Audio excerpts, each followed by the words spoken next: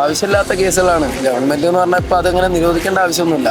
ഇപ്പം ഒരു പ്രത്യേകമായിട്ടാ ഇപ്പൊ ആ വരുന്ന സാധനങ്ങളെല്ലാം ഗവൺമെന്റ് ടാക്സ് അടച്ചിട്ട് തന്നെയല്ലേ സാധനങ്ങൾ ഇറക്കുന്നതൊക്കെ.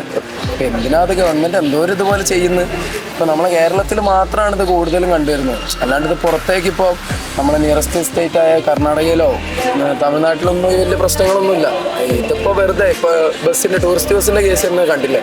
ഇപ്പൊ കളറ് വൈറ്റ് ആയിരുന്നു, ഇപ്പൊ പിന്നെ കളറാക്കിക്കോളാൻ പറഞ്ഞു. അത് ഓരോരോ അവരുടേതായ എന്തൊക്കെയോ അവരെ തീരുമാനങ്ങളാണ്. ഓക്കെ.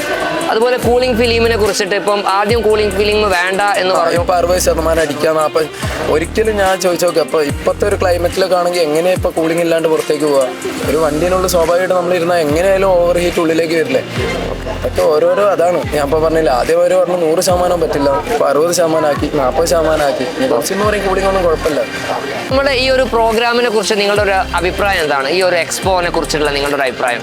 എക്സ്പോ വളരെ നല്ല എക്സ്പോ. കാരണം കാണാത്ത കുറെ വണ്ടികൾ കുറെ പേർക്ക് കാണാൻ പറ്റും, അത് അടുത്തറിയാൻ പറ്റും. ഇപ്പൊ പറഞ്ഞു കൊടുക്കാനാണെങ്കിലും കുറെ ആൾക്കാരുണ്ടാവും. കുറെ നമ്മളിപ്പോ റോട്ടിൽ മാത്രം കണ്ടിട്ടുള്ള വണ്ടികൾ തൊട്ടടുത്ത് കാണുന്നില്ല.